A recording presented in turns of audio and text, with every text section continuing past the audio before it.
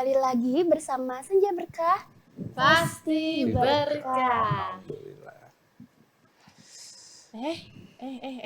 Si Bapak kenapa main handphone terus? Bapak, ini kita mau lanjut ngobrol sama Pak Ustadz. Udah, astagfirullahaladzim, punten. Bapak, Bapak. Bapak puntennya ya teh. Aduh, si Mami tadi nelponan wae, nge-WA wae. Gara-gara nama ieu budak dua ieu. Naon deui Lupa kan? Bapak. Ini kalau saya suka lupa kadang dua ini. Si Mami nagih uang kosan. Allah sih, aduh. Oh, inget. Alanya. Kata si Mami tadi udah janji-janji mau hari ini. Terus janji-janji kemarin ditagih nggak ada. Hari ini ditagih nggak ada di kosan. Kata saya teh ada di sini. Disuruh nagih. Sok, jangan dulu di sini lah. Ya pokoknya Mai, jangan lupa. Si Acung Mami. aja acisna. Ya kemarin tadi pakai ini beli Apa? skincare tuh Pak. Pak Ustadz sok itu. Uangnya dipakai Terus itu. kumaha tuh si Mami? Ya tuh tahu yang kayak maksudnya ya bayarnya Bulan di depan di next depannya, kan Pak. gitu bulan depan gitu Pak bisa meren. Astagfirullah. Jadi Bapak kudu kumaha ya ngomong kasih Mami na. Ya belum ada uangnya gitu. Nanti kalau udah ada pasti dibayar. Pasti itu mah. Ngambek ya masih Mami. Aduh, Bapak we tahu urusan Bapak. kan nunggaknya tuh udah 17 bulan. Astagfirullahaladzim. Cik si Mami ya tak. Teu sakituna. Sabaraha bulan. 12 bulan. Saya tahu. Astagfirullah. Pokoknya mata bayarnya. Ini Bapak kayak Mau dibayar. si Mami udah marah tuh biasa Pak Ustadz kalau wanita marah mah Iya. suka Iya. kemana-mana gitu. Bener bisa. Iya lagi. Suka dimarahin ya teh kemana-mana gerak Pak. Sok gerak kalau cek Bapak gimana ya ini mah pandangan Islam nih terhadap ini ya janji membayar utang gitu. Tapi emang kita emang belum ada uang gitu. Iya. Tapi ya mau nggak mau emang berjanji Baik. dulu gitulah. Berjanji itu adalah hutang. Jadi kita hutang 2 kali. Jadi 2 kali ya utang. Sudah Aduh, hutang uang, hutang lagi janji. Jadi iya, 2 janji. aduh. Makin Jadi berat ya Pak Ustadz. makin ya? berat sebenarnya. Bahwa dalam pandangan Islam hutang itu hukumnya wajib dibayar. Tetapi ini ada syariat yang diberikan oleh Rasulullah. Hutang itu memang hendaknya ditagih oleh si penagih. Tapi ya. dengan cara yang memang sesuai syar'i. Zaman sekarang mau pakai bodyguard segala macam itu teh nggak boleh sebenarnya, itu dilarang secara syar'i gitu. Dan itu tidak boleh, hukumnya sama sekali tidak boleh dan haram hukumnya. Itu seharusnya misalkan tadi Bapak Kos sudah nanyakan ke Amel itu sudah betul gitu. Iya. Tinggal nanti menanyakannya itu mungkin kita harus tahu etika. Karena Rasulullah sendiri mengajarkan cara menagih hutang itu bagaimana. Lihat situasi, kondisi gitu ya. Pas kondisi misalkan Amel ini jajan bakso wae. Nah, itu buru-buru ditagih itu teh. Gitu Iya, ke iya, Bapak iya, Kos teh gitu. Atau Amel ke salon wae misalkan, Aduh. si Era ke salon wae buru-buru ditagih itu teh. Gitu. Soalnya kenapa? Mungkin pada saat itu Amel dan si Era punya uang. Dan juga kalau hutang sampai 17 bulan, mah ini salah siapa? Salah Bapak Kos tidak lagi. Iya. Aduh, Bapak kasih salah. kalau lagi soal uang kosan bukan saya Bapak, cuma si Mami. Si Mami. Si Nggak tahu Maminya. perihal itu saya mah. Ya, jadi dalam kondisi itu satu kalau kita menangguhkan itu berarti udah hutang 2 kali ya. Iya. Hutang uang yang harus dibayar, kemudian hutang janji juga harus tepati. Dan dalam Islam hendaknya itu dihindari. Karena memang kata hukum yang membayar hutang itu ketika gini. Duluan mana kita membayar zakat, sedekah atau hutang? Itu dalam tatan syar'i kita harus mendahulukan bayar hutang dulu. Nggak boleh kita bayar zakat dulu atau bayar sedekah, kasih sedekah, infak tuh nggak boleh. Wah, saya tenang aja lah hutang mah sama Bapak Kos bager, saya main pakeun heula we gitu. Nah, itu nggak boleh sebenarnya. Bayar dulu ke Bapak Kos. Iya. Membayar kewajibannya. Betul, baru kita mengeluarkan kelebihannya itu dengan infak, sedekah boleh. Kan sekarang mati baliknya. Ya. Karena masyarakat pengen ini, akhirnya infak dulu ke Pengen, masjid. pengen citranya baik dulu. Iya, Iya. utang banyak. Nah, Betul, gitu. betul, Makanya betul. penuhi dulu, bayar dulu hutang. Kalau tadi skincare gitu ya. skincare gitu ya. Skincare gitu atau glowingan ya. Nah, itu tolong ditunda dulu, bayar dulu hutang. Nah, denger. Iya. Ini mah Iya. pengen glowing dulu Pak Ustadz. Maaf, Utang mah Pak. belakangan katanya gitu. Astagfirullah. Ada yang lucu Pak Ustadz. Ini namanya skincare kemarin mereka pingsan Pak Ustadz. Luar Nahan biasa. lapar Pak Ustadz. Gak apa-apa. Yang penting glowing. Biar glowing terpancar paripurna gitu Iya. loh. Nah ngomong-ngomong yang nagihnya kan harusnya tidak galak, tidak apa. Tapi kan itu kembali lagi kepada yang berhutangnya Pak Ustadz ya. Kalau Betul. susah kan pasti yang nagihnya juga pasti galak. Nah kalau Allah sendiri gimana sih Pak Ustadz menagih hutang? Sebenarnya kepada manusia? begini, Rasulullah sudah memberikan cara-cara syar'i ya. Menagih itu memang harus dengan cara yang baik-baik. Tidak boleh dengan galak-galak. Dia datang, bayar hutang kamu, wah motor saya ambil. Ini nggak boleh. Iya. Bagaimana itu nggak boleh, secara syar'i itu tidak boleh dan diharamkan hukumnya. Nah makanya itu Rasul lagi hutang, datang ke rumah biasa ngobrol dengan cara yang baik-baik. Kenapa kok nggak bisa bayar hutang? Itu pasti ada latar belakang. Nah biasanya si yang penghutang ini dia akan terus terang. Mohon maaf ibu, saya tuh kemarin harus bayar uang kuliah dulu. Bapak di kampung belum kirim uang kuliah ke saya, jadi saya pakai dulu uang kos untuk bayar. Nah itu mungkin ada dialog. Nah hendaknya itu memang disepakati kedua belah pihak gitu. Baik kalau gitu, amin kira-kira kapan?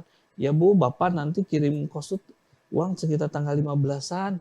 Nah nanti cepatlah bayar, tanggal 15 itu cepat. Karena Rasulullah memberikan cara-cara bagaimana penyelesaian hutang dengan cara yang baik. Tapi ada yang bagus. Tapi masalah kosma ini agak sedikit ini ya, karena kos itu kan larinya itu ya keuntungan gitu ya atau apa gitu. Tapi kalau kita berhutang seperti biasa, misalkan Amel pinjam uang ke Sierra, Sierra itu nggak bayar lupa atau memang sengaja dilupakan. Nah itu Rasulullah mengajarkan sebaik-baiknya orang itu adalah orang yang memberi hutang dan dia melupakan hutang itu. Nah itu dalam hadis tuh. Nah, Tapi kalau abai mah kayak bapak kos mah nggak bisa, soalnya butuh perawatan ya bapak ya, Betul Bapak. butuh cat ya. Betul. Nah itu gimana janji-janji sama si Mami teh bilangnya? next bulan. Jadi bayar Bapak. Enggak, bilangnya kemarin gimana? Ya Kalau- bakal dibayar. Enggak, bilang ke si Maminya janjinya gimana? Apakah menjanjikan apa gitu? Sampai si Mami teh marah-marah wae.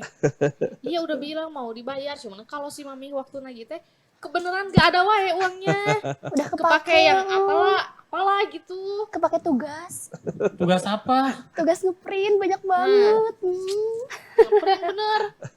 Satu jelasin ke si Maminya kayaknya. Iya Ya. Bapak, maaf atuh punten, Nah. punten. Balik lagi nih Pak Ustadz, kalau kan tadi si yang nagih utangnya yang lebih galak. Nah gimana kalau sekarang tuh ada kasus yang diutangnya yang lebih galak gitu loh. Nah, ini yang lebih hebat lagi kasusnya. Iya. Yang ditagih malah lebih galak dari yang penagih. Nah ini Sudah terjadi. banyak ya. Mungkin ini terjadi karena apa? Karena si penagih hutang itu dengan cara-cara yang tidak enak. Gitu. Itu akan terjadi. Tapi kalau penagih hutang, Assalamualaikum Ibu, boleh saya masuk? Oh Bapak yang lagi ya? Ya Pak saya belum punya. Ya Ibu, boleh saya bicara sebentar? Mungkin itu ada aspek emosional ya, aspek psikologi manusia yang memang si penagih hutang itu juga harus cerdas juga gitu. Bagaimana berkomunikasi itu juga harus cerdas juga.